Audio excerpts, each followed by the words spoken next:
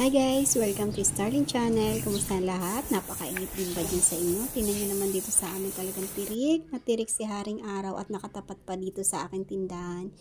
Kaya naman naisipan kong ipatanggal yung mga laman dito sa likod ng aming bahay at maglalagay ako ng inflatable pool para pwedeng pagbabarang kasi naman napakainit nga ng panahon natin ngayon. So ayan, para medyo ma-relax kahit hindi lumalabas ng bahay kasi hindi naman talaga kami basta-basta makalabas ng bahay. Ayan, so dito na lang naisipan ko na magbabad na lang kami dito sa inflatable pool. Malaki naman to kaya kasyang-kasya kami dito mag-anak. Kaya lang, ewan ko lang kung may sasama ko sila sa aking pagbibideo mamaya pagka maliligo na. At ayun na nga, sinimulan na ng anak ko na palabuhin yung inflatable pool. Hindi pala lahat yung pinapalobo, yung parting color white lang, yun lang pala yung hinahanginan. Kaya noong una talaga nagtataka kami, hinahanapan namin ng butas kung paano namin mahahanginan yung color blue na nakikita nyo. Pero yung pala ay hindi pala yan hinahanginan. So, ang magpapatayo lang dyan mamaya ay yung tubig. So, ayan. Malalim siya, kaya talagang mai-enjoy. Pilit ko ang hinahanap dito yung instruction na kahit English man lang, pero iba Iba yung nababasa ko, hindi ko maintindihan yung nakasulat. Kaya, ayan, tinuloy na lang ng anak ko yung pagpapahangin niya doon sa pool. Ayan. At nilagyan na namin ng lock yung mga lalabasan ng tubig. So, ayan. At okay na. Ready na yan para lagyan ng tubig.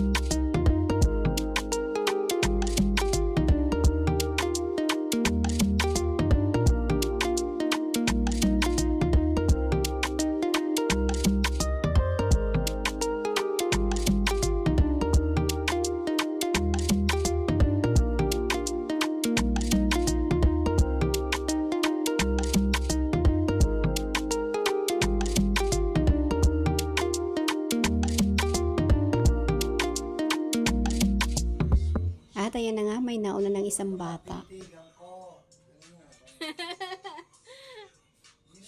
Hindi na rin namin masyadong pinuno yung inflatable pool. Okay na yan kasi malalim na rin naman.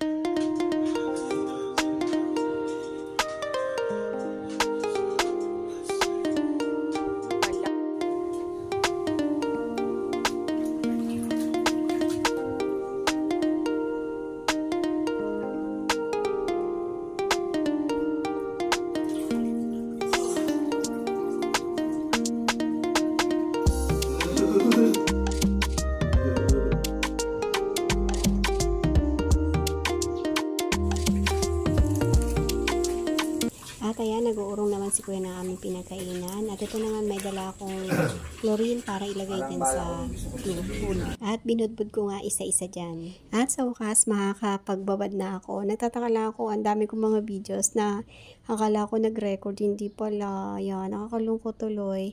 Binabantayan ako dyan ni Mister. Nilagyan pa niya nga ako ng katol kasi medyo malamok na. Ayan. Ang sarap magbabad kahit na anong oras na ba dyan? 11 PM na dyan ng gabi. Pero ang sarap-sarap magbabad kasi nga maalinsangan yung panahon natin. Sayang yung ibang mga videos na akala ko nag-record pero hindi pala. Nag-swimming pa nga ako dyan, patambling-tambling. Pero nung tinignan ko pagkatapos ko maligo, wala pala. At gaya ng dati, pagka alam nilang may camera, hindi talaga sila sumasama sa akin. Natatawa nga kami dyan ni Mister kasi sabi ko sa kanya, kung kailan ako tumanda, saka pa ako nagkaroon ng sariling inflatable pool. Ang sarap talaga ng feeling ko dito. Sobrang relax. Tapos, ayan, habang nandyan ako nakababad sa pool, si Mister naman, kwento ng kwento. Tapos, ayan, nagkakape kami habang nagkukutkot ng chicharia, habang nagkukwentuhan. Ayan, ang sarap. Ganito lang, relax. Walang masyadong iniisip na problema. Minsan, kailangan din natin ng break. Kahit hindi tayo nakakalabas, kahit hindi kami masyadong lumalabas ng bahay, ay meron naman ibang paraan pala. Masasabi kong swerte talaga ako kay Mister kasi napaka-supportive niya. Lahat ng aking gusto, sinusuportahan niya. Pag masaya ako, masaya din siya sa lahat ng aking mga na-achieve. Siya yung una nagiging masaya. Siya yung una kong fan. Talaga naman. Nakakayak. Hanggang dito na lang guys. Thank you for watching. Bye!